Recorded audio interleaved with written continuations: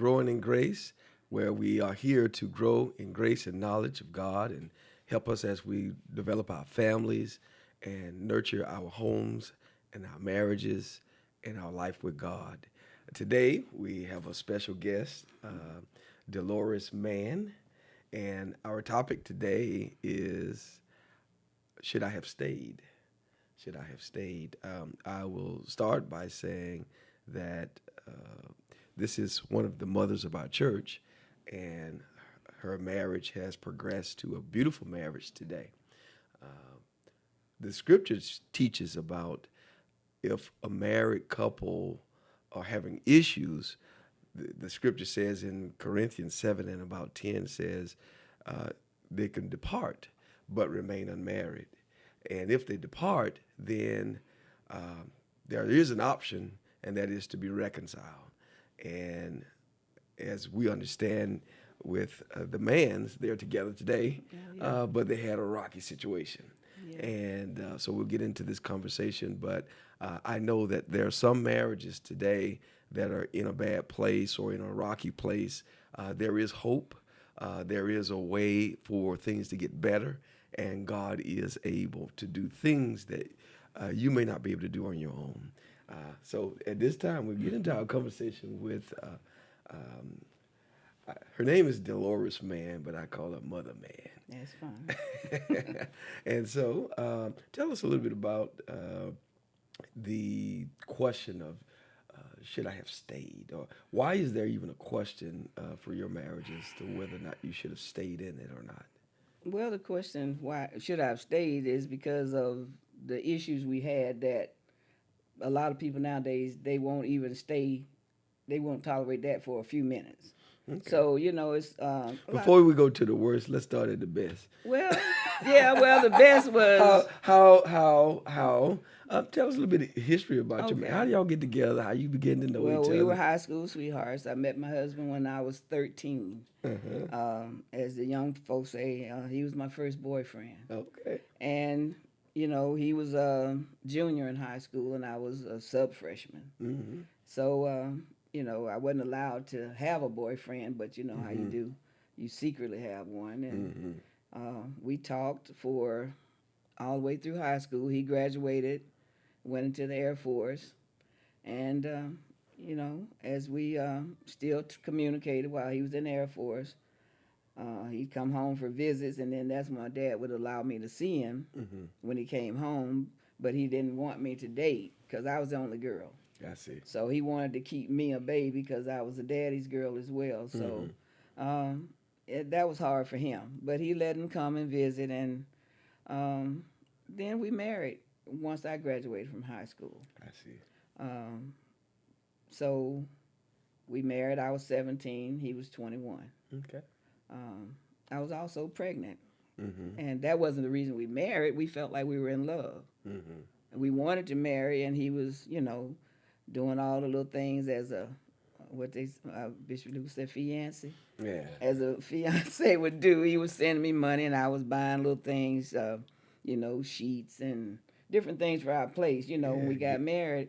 And so, my dad allowed us to marry.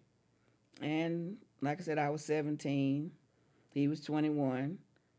And after that, like I said, everything was good. We had our own place. We didn't have to stay with any of our parents or anything for the first couple of nights until we were, back then we didn't know about U-Haul. We had a friend with a pickup. Yes. So we didn't buy any furniture. I took my bedroom suit. I don't know why, but Mom allowed me to do that. And his mom gave us a sofa and a chair. So we had our apartment furnished. My parents bought us a little dinette set. And we were living large, we thought, in our own little apartment, little one-bedroom apartment. And then our son came, and, we were happy. Everything was good. But then his friends thought our place was the hangout. They were all still single, so every night had to look at his little old friends and whatnot. And then I got fed up. And I said, well, what this supposed to be, the hangout? He said, well, if they don't come here, I'm going to go where they are. And I was glad they weren't coming anymore. But then, like I said, that he went to where they were. Mm-hmm. And that was the thing that was so hurtful. You know, you married because you wanted me. You asked me to marry you. You said you loved me, but then the friends, they took sort of precedence over him coming home. He'd go and hang out with his friends, and it was sort of irritating. And you know, a whole lot of different things transpired within that time. Us arguing and just stuff that you don't expect when you feel like you're in love. Mm-hmm. Mm-hmm. And I went home. Mm-hmm. My mom told me, she said, well, What do you mean you went home to stay at home with your mom? Your I dad? went back to stay. I packed my bags. Oh, And I went home. not just for a visit. Well, it turned out to be a visit, but in my mind, I was just fed up. You was leaving. I was leaving. Okay. And so I went home. But mother told me always, she said, well, when you're going through things in your marriage and you tell us about it, you know, we'll be having really ill feelings toward him. You know, literally, we'll be wanting to beat him up. Mm-hmm. Mm-hmm. So best thing for you to do is not tell us, because see, then y'all make up. And every time I see him, I want to strangle him. You still want to beat him up. Yeah, so I never told her. I'd go home and, you know, they say, well, what's wrong? Why you at home? I just wanted to come home. I never said anything. Mm-hmm. And she'd be talking her wisdom Mm-hmm. in a little roundabout way. And she said, well, when you leave your home, you're opening the door for somebody else to move in. Mm-hmm. All right, so I went back home and You was upset, but you didn't want nobody else to move in. No, I didn't. So I wasn't gonna open the door for somebody else to move in. And so I went home and I tried to talk to him and everything, and he would be upset, but he would be sorry. He said, you know, I don't know why this, why that, whatever, you know, because he had a drinking problem as well. And the friends, you know, the sad part about it is that you may not have any money, but that's just that old, I said, the enemy makes everything so easy and convenient for you, you know. And they didn't like his attitude and behavior when he would get intoxicated either, but they still supplied it. So, however, we went through that for a number of years. We moved into our first home. We were in an apartment the first year of our marriage, and we were blessed to buy our first house. And I'm still a teenager. I was 18 when we bought our first house. And you would think he would get better. The friends were still happy for him. They tried to come to the house, but they knew they weren't welcome. Because, I mean, I guess, I know I didn't have the Spirit of the Lord in me. By no means. I knew, you know, we were in the church. We weren't raised in the truth. We were come up Baptist.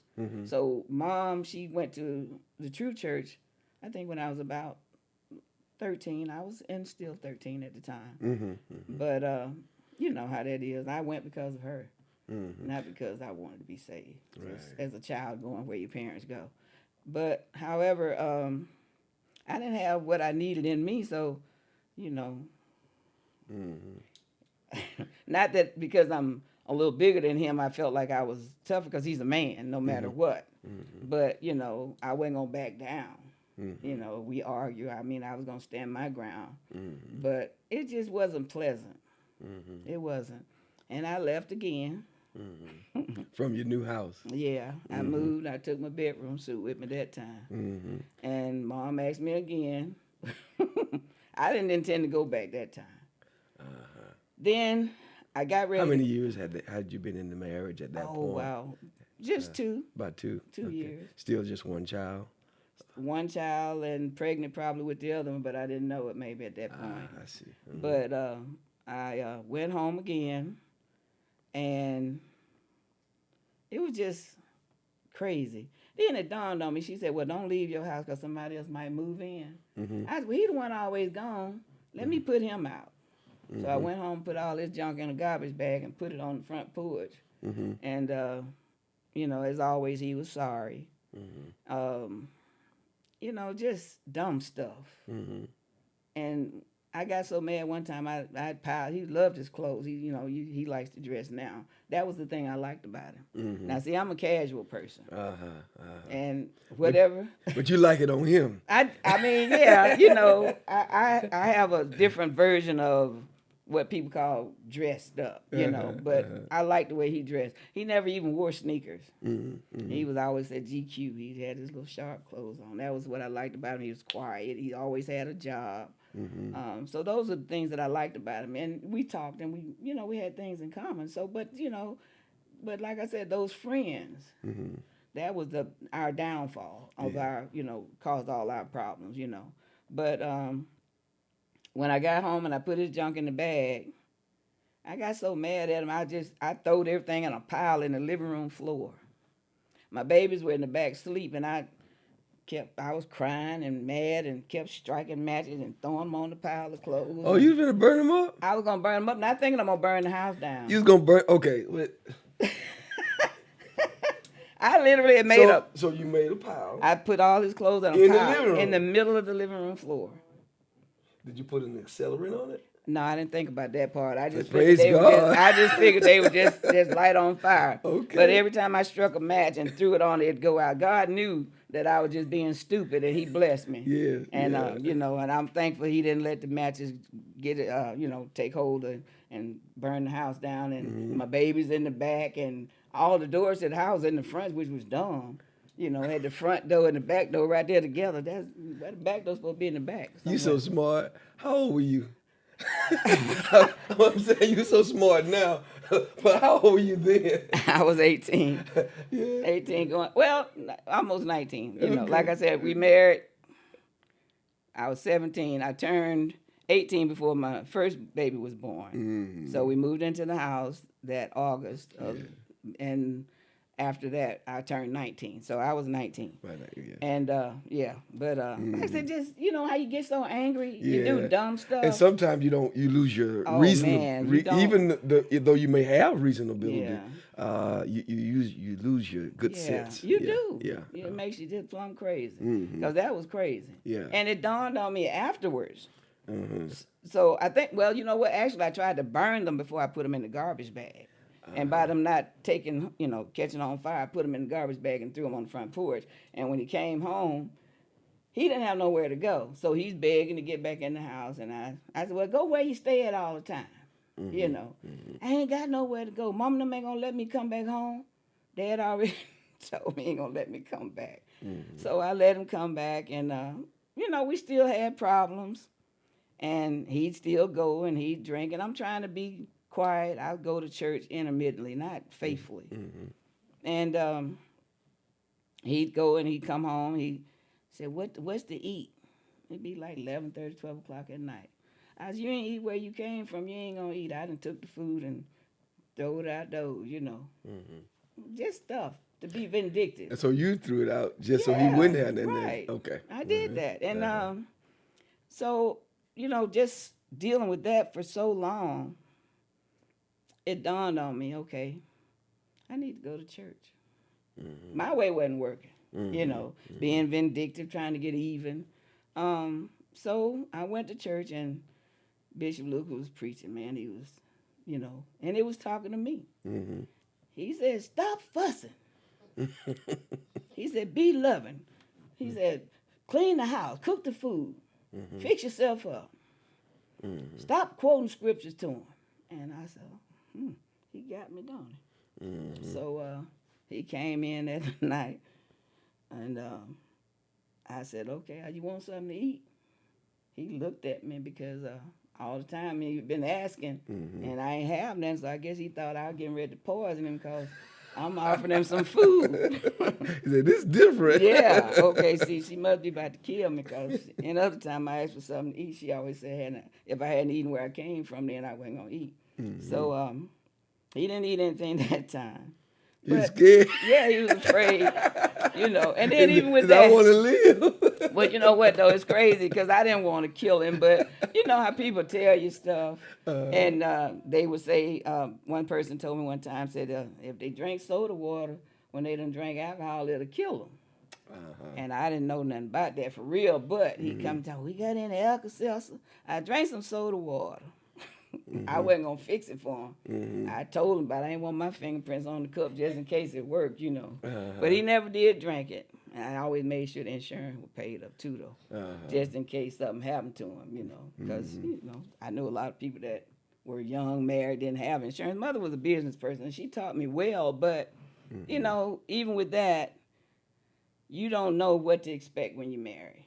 You know, you feel like you're in love and everything's going to be not so much a fairy tale, but yet the love's supposed to overcome and conquer everything, little obstacle. You have these expectations. Certainly, you know, and he was ambitious. He worked. He always worked, and he still, you know, worked every day. But like I said, come home, oh no, he just go on. And then, you know, we had the 2 sons. Our sons are the oldest, and that's when I learned how to cut grass, you know. My baby, he out there playing the grass taller than he was. So I said, okay, he ain't gonna come home and cut the grass. I just started cutting the grass, and then I kept going to the Bible study and listening to Bishop Lucas. And one night he got in before I left, and he said, "Where you going?" I said, "I'm getting ready to go to church." He said, "Looking like that?" I said, "Well, what I supposed to look like?" You was looking good. Apparently so, you know. And so he's, "You ain't going to church?" I said, "Well, come on, go with me." And he came and he sat all the way in the back. Boy, Bishop Lucas was firing. "Our husband love your wife." I said, "Ooh." I was sitting there enjoying every minute of it because, you know, he's talking to him. And he listened, and whatever he preached on, everything was like knocking him up across his head, apparently. So when we got home, he said, "You been telling that man all my business." I said, "I ain't said nothing." I said, "That's just the word done found you, just like it found me." And like I said, I just kept on, you know, being faithful, listening, putting it into action. Stop the fussing. And I guess by me not fussing, he felt like, uh-oh, I'm about to lose my wife. You know how? Oh, he might have begun to think that you didn't care anymore. Certainly. You know, okay, she done got fed up with this foolishness, so she ain't fussing. She must not care. So apparently she getting ready to do something. Then what am I gonna do? You know? Because I mean, there I am, being what I can say. I say it even for me. I say I know I was a good wife. You know, I made certain. You know, he ain't never wanted for anything. You know how sometimes people, well, he got to buy himself that. No. I look, if I see his socks got a hole in it, I ain't no one to be sewing up no socks. Them boys going in the trash, you got new ones. You know, underwear, whatever. Everything I made certain he had nice shirts, nice pants. Made certain they were clean. I mean, the house was clean, the children were clean.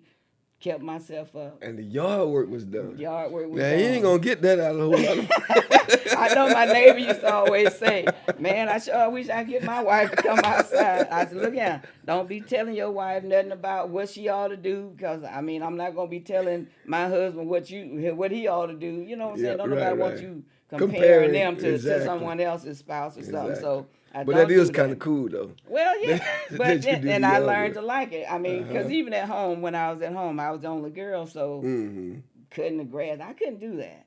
So I had to learn, really, because Dad wouldn't let me paint. He wouldn't let me do anything. And so... Even though you was interested in stuff like that. I was. I mean, I'd sit with him. He'd be working on the car and stuff. I mean, so, you know, I had their interest in all that. And he liked me being around him, but Mama be fussing. "You gonna mess that girl up." You know, wasn't a day that didn't go by. She said, "Sister, you're a girl, you're a girl, you're a girl." You know, girls don't do this, girls don't do that. So she was trying to mold me to be the perfect wife or just the perfect homemaker, whatever, you know, I don't know. But just to learn how to cook and to clean and whatnot. And she was trying to show me those things. I didn't have interest in them. But, you know, we had chores and stuff, so that was just obvious. But... so, like I said, I just stopped nagging and just showing love. And as he went several times. He stayed way in the back. And before long, he'd have moved middle ways. Coming to the church. From the back to the middle. From the back to the middle. Then finally, from the middle to the front, Mm-hmm. and Bishop said, "Come close to the fire." Mm-hmm. And he Mm-hmm. came closer to the fire, Mm-hmm. and you know, he couldn't tell me when he lost interest or the taste for alcohol, which was good. Mm-hmm. But all he knew is one day it was gone. Really? Yeah. And Uh-huh. so, you know, He like I, didn't go to AA meetings, no, and he just, AA was Bishop Lucas. praise And the God. word was just hitting him. And, you know, like he'll often say, you know, when he's teaching, you know, don't give up. Mm-hmm. Sometimes you might fall back. And he said he'd cry. He feels so bad. Mm-hmm. And, Mm-hmm. but, you know, start over. Yeah. And then, you know, finally he was successful at it. I mean, the thing is, when I speak about our situation, like I say, it's so many things that I did wrong as well, trying to Mm-hmm. get even with him. Right. Right. So it's not that I was such I wasn't saved by no means. Mm-hmm. And that's the thing, that when we married, you know, I was not a member of the true church. No, I wasn't. Mm-hmm. So I didn't try to portray being saved, Mm-hmm. but I knew enough, and you Mm-hmm. know, it kept me from doing a lot of things. But however, I was a sinner, Mm-hmm. and I sinned and did ugly stuff myself. Like I said, to Mm-hmm. try to get even with him. Mm-hmm. And so he wasn't, he didn't know about the ugliness. Mm-hmm. All he saw was, you know, because I had children. Mm-hmm. So, I mean, there wasn't no out all night or anything like that. It's Mm-hmm. just stuff that I would try to do to hurt him on, I say, on the down low. Mm-hmm. But however, God fixed my heart and mind and to recognize that, okay, whatever I'm dealing with, if I get me right, Mm-hmm. then I can't say he did this because I didn't do that. Mm-hmm. I wasn't, you know, I wasn't nasty. I was a good cook for what I knew, Mm-hmm. you know, and so he couldn't blame me Mm-hmm. and say I went out because you didn't. Mm-hmm. So once that was the good part about my heart, it was free because I knew what I was doing right. Mm-hmm. So then finally, like I said, by the grace of God and just those things taking place in my life, he started, like I said, coming, and then it took hold of him. Mm-hmm. And that was a good thing. So my testimony is they're intertwined with his, you know, to say that when I speak to other people about, you know, when they're having issues, just do what you're supposed to do. Mm-hmm. Mm-hmm. Then if God called you home, you know, At least you can be right. certainly you can't give an account of what he does. Exactly. And that's what I had to talk to me. Mm-hmm. Mm-hmm. And by me doing that, it kept me doing what I should do. Mm-hmm. I guess not overly kind, but Mm-hmm. just doing what I did when we dated. You know, Mm-hmm. what do you want? You know, do you want this? Do you want that? You know, those things that people fail to do after they get together. Mm-hmm. And so God blessed, and next thing you know, he was an usher. Mm-hmm. Mm-hmm. I mean, this little transition went so quick. Uh-huh. Then he come home one day. He was working a courier job. He said he was going down to Athens. He said, "Boy, they need the word down there in Athens." Mm-hmm. He said, "I think I want to be a preacher." I said, "Who?" Man, you don't even talk. What you talking about? How you gonna tell somebody about it? He said, "Well, I don't know. I just think I know they need it down there." Mm-hmm. And I said, "Okay," but you don't talk enough, Mm-hmm. you know. Mm-hmm. So I think he went to somebody and spoke about it, and he came to me. He said, "Well, I told him what I felt like I wanted to do or needed to do. Mm-hmm. Now it's all me." And Bishop Lawson was our bishop, and he didn't know him. Mm-hmm. Mm-hmm. So he had to get to know him, and Because he didn't talk that much. certainly he didn't talk much, and he wanted to speak to our pastor, which was Elder Brian at the time, and Yeah. you know, Elder Brian really didn't know him either. Mm-hmm. So, Mm-hmm. but you know, he knew he was doing different little things, Mhm. and so he said, "God do things by time," and then during the course of time, I mean, to see him where he is now, Mm-hmm. I didn't think that man would be a member of the church, you know, because like I Mhm. said, we both were raised Baptists, and Mhm. he'll even say sometimes now how, you know, they had Bibles in the church, but the preacher wouldn't read from the Bible. If he quoted something, it was just, I guess, the same old stuff that everybody has heard many times, but nothing to correct Mm-hmm. Mm-hmm. and to make him know that, the things he was doing, not only were they not pleasing to me, but not pleasing to God. So that was the thing, to know that God wasn't pleased. It didn't matter about Lois, because that's what he called me, Lois. So even though it hurt my heart, now you got God, which you did believe in him for what you knew. Now you know he's going to whip you. And I be glad sometimes stuff, I just... Things would happen. Yeah, I said, okay, God getting good. I ain't wanting to kill him, no, but different little things he would go through. But now, what? It'll be 46 years this year. 46 years. 46 years, July 14th. And now we're home. We both retired now. And we really enjoy one another. I mean, I'm so thankful we got a lot of space, because he's a sports enthusiast. It go from football to baseball to basketball. I said, Lord have mercy. I said, I can't get a break. And he said, well, Lord, that's all I like. I said, well, yeah, but I don't want to see it. So he's upstairs and I'm down, or I'm down and he's up. So, but we know each other. We're in the house. In the house. We're in the house, and he'll come through and he'll look at me from time to time, and just different little stuff. We really enjoy one another, And the thing is, like I said, we go through things. I've gone through sickness. 2013, I was diagnosed with breast cancer. And, I've seen friends of mine that had gone through cancer, and they didn't have a great support system, especially with their spouse. Yeah. And, but he said something so profound, and I was taking care of my mother. I was her caretaker. And he said to me, he said, Lois, he said, no hair, no breast, I just want you. And my husband don't cook. And he Googled different things that were supposed to be good to help, I think, to rid your body of cancer. And I went for my chemo. He was working. And the thing was, when I was diagnosed, when I felt the lump, we were lying in bed, and I said, babe, I found a lump. He said, oh, it ain't nothing. So he went to work, and I went, and they did the different tests, and I called him and told him. They said it was cancer. He had to come home. He's gotten real sentimental in his old age, Yeah, more sensitive. Oh, wow. He'll cry on the drop of a dime. So that thing there, and, it's just, God has really made a difference in our lives, not just his, mine as well. And, but, I should stay. Because, you know what I'm saying? Even when all the different problems we were having, I mean, what am I going to do? I'm going to leave him. And not, and folks, he said he didn't like to hear that train thing. He don't want to hear me say, I got him trained. Oh.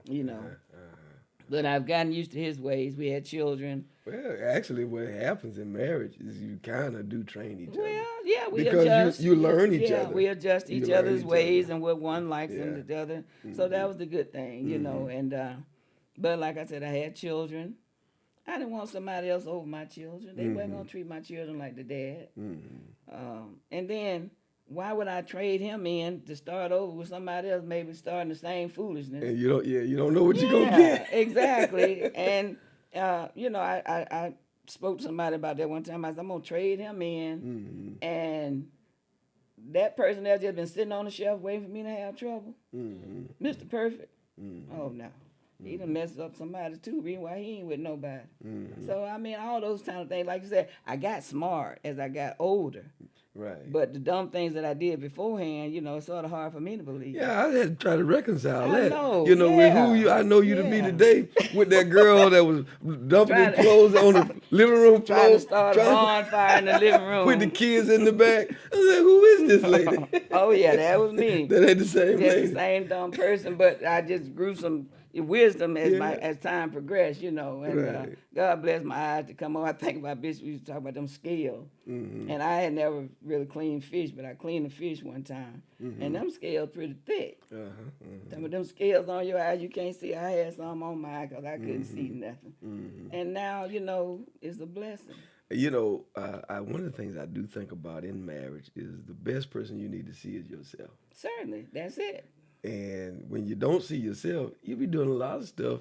You causing some of your own problems. Certainly. And it's not that the other person is not doing anything or that the other Yeah. person is totally innocent. Right. But sometimes what I know for myself in my marriage, I was doing some things that caused my own problem. Right. And when I changed, just kind of like your testimony, you know, I was thinking about what she doing, what she ain't doing, and this thing. Yeah. But really, your real job is to pay attention to what you do. Yeah, that's it. And that's the thing. That's what clears your heart. Mm-hmm. When you know you've done everything. Now, that don't stop them from doing dumb stuff, but you hope that by you doing things that are right, then by the grace of God, He'll bless them to see how can I be so stupid? I got a great wife, you know, and why would I do this? Or why am I gonna do these things to hurt her when all she does is good for me? So that's the thing, you know. I've never, you know, try to. And you know, one thing about ugliness, you don't ever forget it. But the thing is, it's a testimony to let people know when they're going through issues, because they see you happy and everything going good. They figure it's been that way. Yeah. But it hasn't always been as it is. Right. So we went through the fire, as I can say. And God blessed us to be where we are now. Yeah. But, you know, like I said, that'll help them, hopefully not as they leave and throw in the towel so quickly. You're going to have some trials and tests. Who says what they are?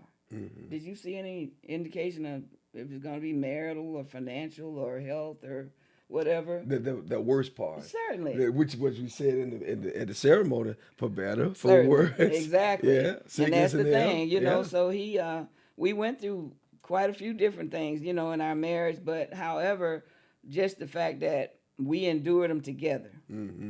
And like I said, you know, the sickness, he's even gone through prostate cancer. It's been a year now. And, you know, so we're there for each other, you know, and we don't sit around trying to, I'll say, come up with reasons and shortcomings for why we should, you know, end our marriage. Leave each other, right. Yeah, we trying our utmost to be a light to our children and grandchildren. You know, they come around us now. My in-laws were, they were called Bot and Dot. He was supposed to have been a junior, but you know, some kind of way it wasn't. But he's a Willie like his father, and his mother was named Doris, and mine is Delores. So we had the same initials and everything, same children, 2 sons, 2 daughters, and we had a lot in common as far as my in-laws were concerned. And my father-in-law couldn't hear so well as he got older, and we'd be sitting around visiting and have a conversation, and he come in late. We went on to the next topic, and he'll come in with the one we just left, just like it's something new to him. And she said, "We already said that, Bot." So now he don't hear so well. I said, "Boy, if you ain't like your daddy." And then we'll be talking about something, and then he'll do the same thing. I said, "I see why your mama used to do that." I said, "Babe, we already said that." Well, I don't know. I ain't know what y'all. I said, "Boy." So it is so funny, but we really enjoy one another. Right. And the children and grandchildren, you know, how we may, you know, say and stuff like that. They'll say, "Y'all always fussing," just like Granddaddy, Bot, and Grandma. But y'all not fussing though. But it's funny and it's cute, you know. But that's what we did and still do now. But it is funny. We really, I mean, truly love each other, and I'm so thankful that you stayed. That I stayed.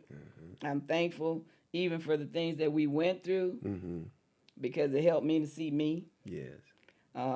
To get my act together and to be even better as a wife, more supportive in everything that he does. Yeah. I mean, you know, when he teaches, I mean, somebody said they hear me over there saying amen. Yeah, I can say it. Yeah. I can say it. It's because you saw the transformation in him, and you knew him when it wasn't good, and you know him now. Exactly. And it's been years now. I say this one thing I say about AA, and I've kind of ministered to people who are going through and do outreach and things of that nature. And one of the things that AA said that I'm really against AA for is it tells people that you're always an addict. Yeah. That's And not I good. say that that's a lie. It is a lie. That is a It lie. is a You're lie. not always an addict No. because God can change you Oh man. and convert you and make you a new creature. Oh yeah. And it's been several decades since he's had Wow. that issue or that problem. Man. I wouldn't call him an addict Oh no. because he was one. No. And we are not what we used to be. Mm-mm. We are what God says we are Certainly. today. And praise God that he was able to be transformed by the preaching of the gospel, That's it. and through you beginning to be transformed. Certainly. Although you wasn't finished with your transformation, No. but you beginning to change had an Right. impact on him. Exactly. And then stop preaching. Because that's what I was doing when I go to the study, and then he come in, I be quoting what Bishop done said. I said, yeah, preacher said this, that, and the other, you know. So I mean, I thought that was right at the beginning, but Bishop said, stop preaching to him. I mean, How all did he know that. you was preaching to him? That's what was so crazy because. Like when he said, you done told that man everything, I'm like, you done called Bishop and told him I've been over here and called myself. You done told him I was an evangelist. Yeah. And I over here, you done called him, told him over here, telling him what was in the scripture and stuff like that. But that's just how the word the finds truth you. of the truth of the matter is, the Bible says that the word is quick and powerful, Oh man. sharper than any two-edged sword. It Yeah. knows the thoughts and intents of our Yeah. hearts. And I would say this to anybody: if you have a true pastor, if you don't mind, when he preach, he gonna find you at times. Oh yeah. At times he gonna find you, and nobody's gonna be done told him That's what's true. going on. The word is just gonna find That's you. it. It will. It'll certainly find you. Mm-hmm. And if you sincere, then you got to do something to make it right. You know. So I didn't say, well, like nowadays it's really common for women to be evangelists and preachers or whatever they call themselves. Mm-hmm. I could have stood firm on that and said, I know what God told me. I'm gonna do this, but I knew, and I believe everything that the scriptures say. I'm not trying to find any reason to do differently. I want to be whole. I want to be real. As y'all say, different ones they don't want to say perfect, but I want to be complete in everything that I'm supposed to do. And then the thing is, I got a husband that's right there with me, and we encouraging one another. And sometimes even he'll say, "Well, Lois, you need to do such and such." I said, "Okay, thank you, baby." Because I want to be real, and so therefore, when he's my pastor, and he don't shun to preach the word, because I'm not making excuses for me and my children or grandchildren. Like I said, I want to be the light. I want to be that mother, or I've been called sister for all my life. Yeah. So if they say sister man or whatever, I don't get offended by it by any means, because I miss hearing that since mother's gone. You know. But actually, your brothers just called you sister. That's it. Without you being a sister in the church, Certainly. that was your nickname, That's sister. it. Right. Because my older brother, couldn't say Delores, so he couldn't even say sister. He said Thule. So he was sort of tied to him. Mother worked with him till he got that right. Okay.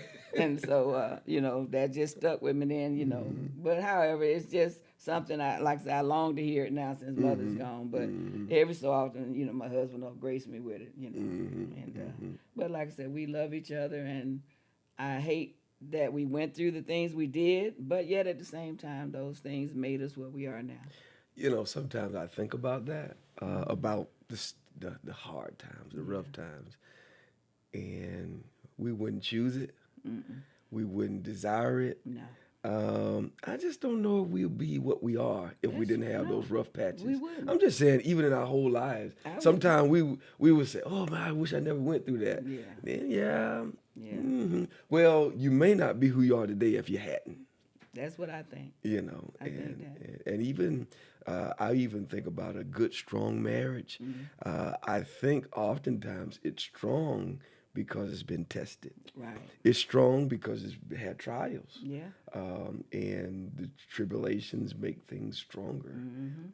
Even the scripture talks about after you suffered a while, he makes you perfect, established, settled, strengthens. All that good stuff. And I think it happens for our marriages. Certainly. For even in other areas of our life, after you've gone through some tough times, you get established, That's you get the thing. settled, you get strengthened. Exactly.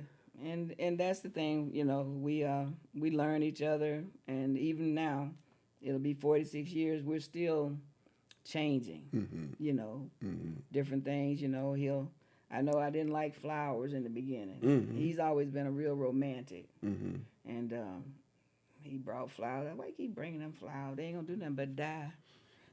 Now Now, that's kind of okay. now I want some Now flowers. you want some flowers.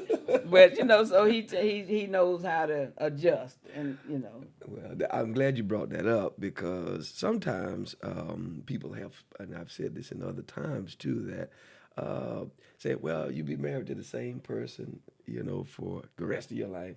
And the reality of it is yes, the same DNA, perhaps, but it's not the same person. No, no. In fact, if it's the same person after 40, 50 years, then somebody ain't grown. That's true. And that's going to be kind of bad too. Yeah. Because we grow, we develop, Certainly. and we become different. Yeah. And so in 46 years, y'all not the same people. Oh, by no means. And in fact, you're praising God because things are not the same. That's the blessed part about it, Yes. you know, because if it hadn't been for God, I know for a fact we would not be together. I might have had blood on my hands, you know. Who knows, you know, just so I look at everything in a or positive at least soda sense. water, right? I might have fixed it. I might have fixed it. I always said I would always tell him to get it. I didn't want my fingerprints on the cup, so they knew. But I might have went on and fixed it if he hadn't changed, you know. But like I said, the things that we've gone through, like I said, now even when I go through issues or things, I always look at it in a positive way, you know, because it helps me to recognize and, you know, be thankful for everything. Because one thing I do know, being the only girl and raised with all brothers, is that competitiveness, and we call it tomboy or whatever. The stuff that I was strong and was able to do now, since I'm 63. Remember that he told me one day. I said I was 62. He said, "How old are you?" I said, "What is?" He said, 63. I said, "Oh, I forgot. I feel young." So I was 62 for a few minutes, but I'm 63, and everything that I was once able to do, I can't do. But I know, instead of looking at it in a negative sense of feeling handicapped, I'll say, I know I don't have any power. I know it's all God. Everything I do is just by His grace and His mercy, that the things that I do. So I've learned that, you know, because used to be time, and I know most young folks, because see, you still young. At your age, I was still... Relatively, yeah. Oh, please. At that age, and I was still shooting basketball and doing stuff. But, you know, when you're young and strong, you don't see... You know, you may see an older person walking gingerly, you know, and you be saying, "Wonder why they walking like that, or why they doing this, or why they doing that." And as time progresses and you start going through stuff, you know, your eyes come open to the fact that, okay, I'm not going to always be young, not going to always be healthy, not going to always have all my teeth, I'm not going, you know, all those things that Bishop Lucas preached about. You know, I heard them, but I didn't see it. You know, now I see it. Yeah. And so my thing was, in the beginning when I was supposed to do this, you know, everybody wants to look good in front of a camera. But yet at the same time, everybody's not going to have, as the young folk call it, the perfect grill. Yes. The perfect hairdo, maybe due some reason that they out of their control. You know what I'm saying? So, but that don't mean you have to stop giving God the glory. Right. And that's why I chose to do it, because I don't talk as wide, because I don't have all my teeth. But yet at the same time, I got a husband that, even though I don't have my breast, he don't look at me as if I'm repulsive. I'm still beautiful. Right. And he treats me like that. Right. And he'll say, "Well, when we gonna go get your teeth fixed?" I said, "Well, I'm gonna see if any more gonna break out before I go and do it, you know, because no sense in getting a partial and then another one break and I got to redo it." Right. But he loves me, and I appreciate that. He loves you for you. Exactly. And the reality of it is, and I kind of feel bad for some women who feel like they have to become somebody else. And I'm not even talking about aged women. I'm talking about young women. Yeah. They are becoming somebody else. Yeah.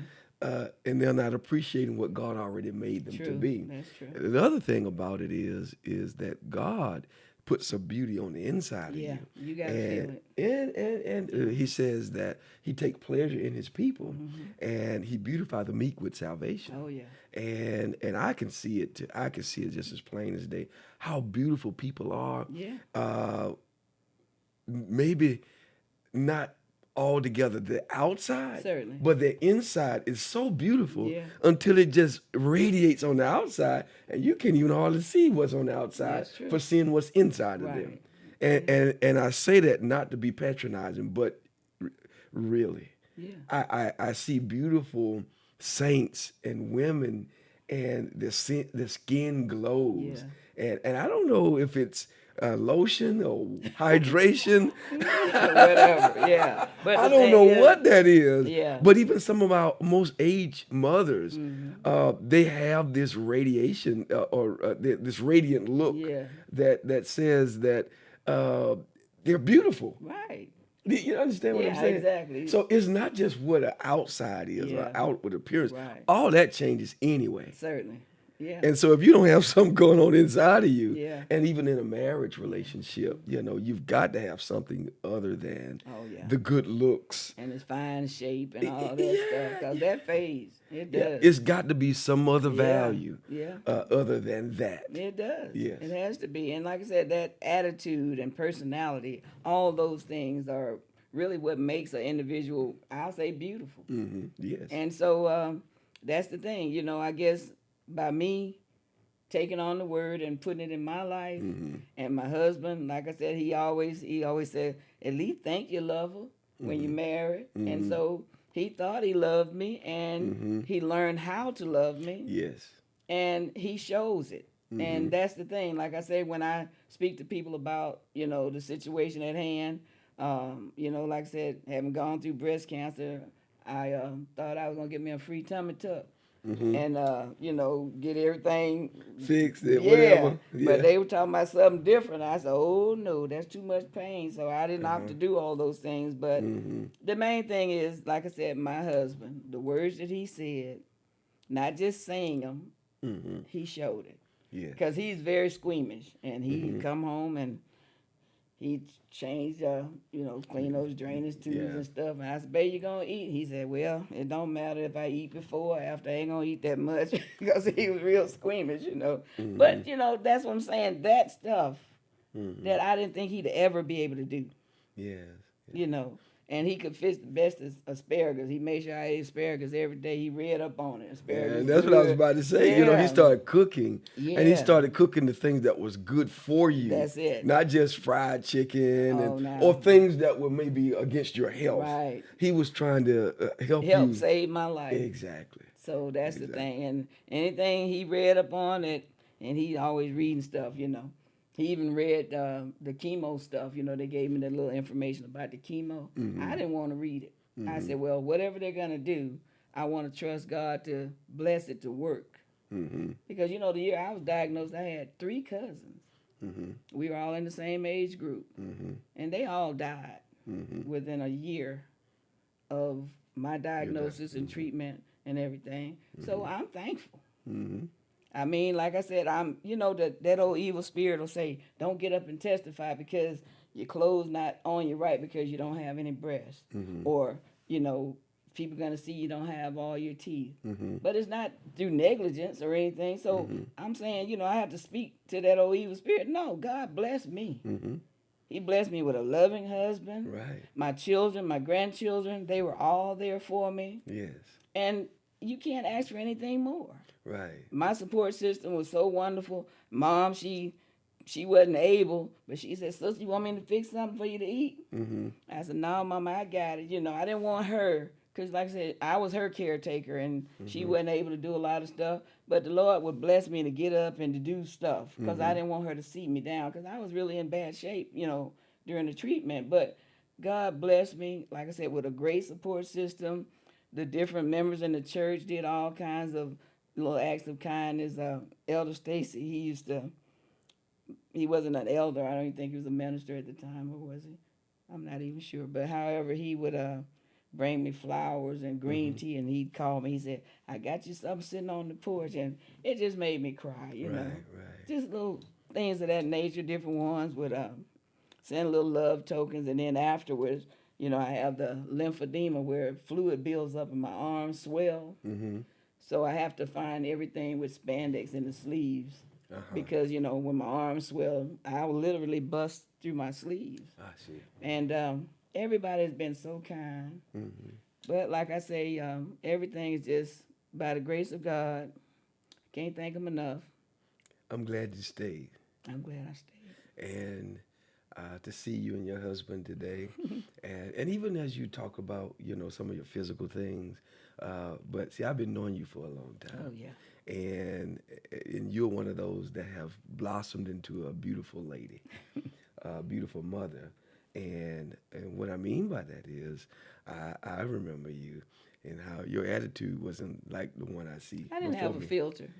Exactly. I developed a filter. I didn't say that. I said it. I mean, you know what? You have to be honest with yourself. But yeah, you was kind of rough around the edges at one time. You say that rough, but however, I don't remember the roughness. I think people always have said that I'll say whatever. Like I said, I run it through the filter several times before it comes out because like I say, I think about you don't want to hurt anybody. Yeah. But sometimes some things have to be said just flat out. Yeah. But for the most part, I'm thankful for the transformation as well. Yes, ma'am. Yes, ma'am. God is good. I look back sometimes and see certain things that I wish, as always, hindsight 2020.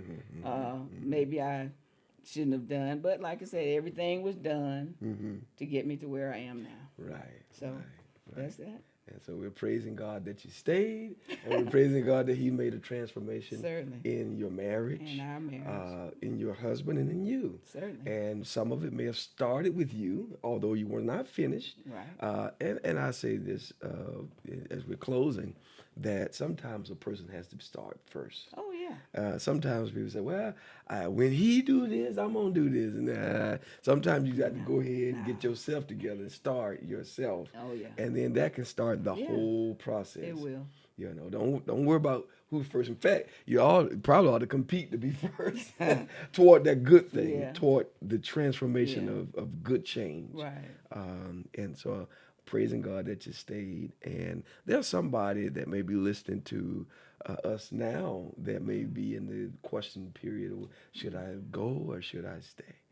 And what would you say to somebody that may be in a period of don't know, in a questioning period? Should I go or should I stay? What advice would you give at this point? Well, the thing is, it depends on what you're dealing with. I'll have to say that because sometimes you have abusive situations. But if your husband is, I'll say, going through more so of a childish phase, they don't want to leave. They want to have, I say, both worlds in a sense. They still want to hang out, do stuff, but they come home.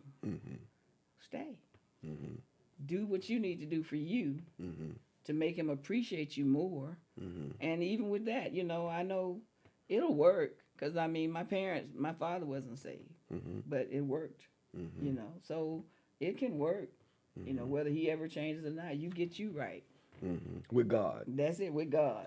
I ain't talking about wait or anything like that. Get right with God. You do what you're supposed to do, and then watch God work. He may never get saved, but God will fix it where your relationship will be, I'll say, tolerable. Like I said, my father wasn't saved, but he never hindered mother from going to church or anything like that. He was just who he was. He had habits that he couldn't shake. But he was a great father, great husband, as far as being, working and providing and all that. So that's the thing. Stay and do what you're supposed to do for you. If you're in the church, be sincere and get right. Don't be playing and saying, well, he did this. Well, what'd you do? You do right. And don't worry about him. Then your heart be free. Be like, say, all that weight, because worrying about what he doing, honey. When God come in, I float on away. He be still here doing stupid stuff. I want to be caught up. Yes. I don't need all that weight on me. I want to be free. Right. Exactly. So that's the thing. Stay. Exactly. Live right. Exactly. and watch God work. Amen. Well, we're grateful to Mother Mann for her testimony and her sharing her story with her husband and how God blessed her to stay Yeah. and receive and reap benefits Oh yeah. and have a good marriage in this part in this season of her life. And so may God bless you. And we invite you to come back, like, share, subscribe, tell your family, your friends, foes, whosoever will about this podcast, Growing in Grace. May the Lord bless you. May heaven smile upon you. Until next time.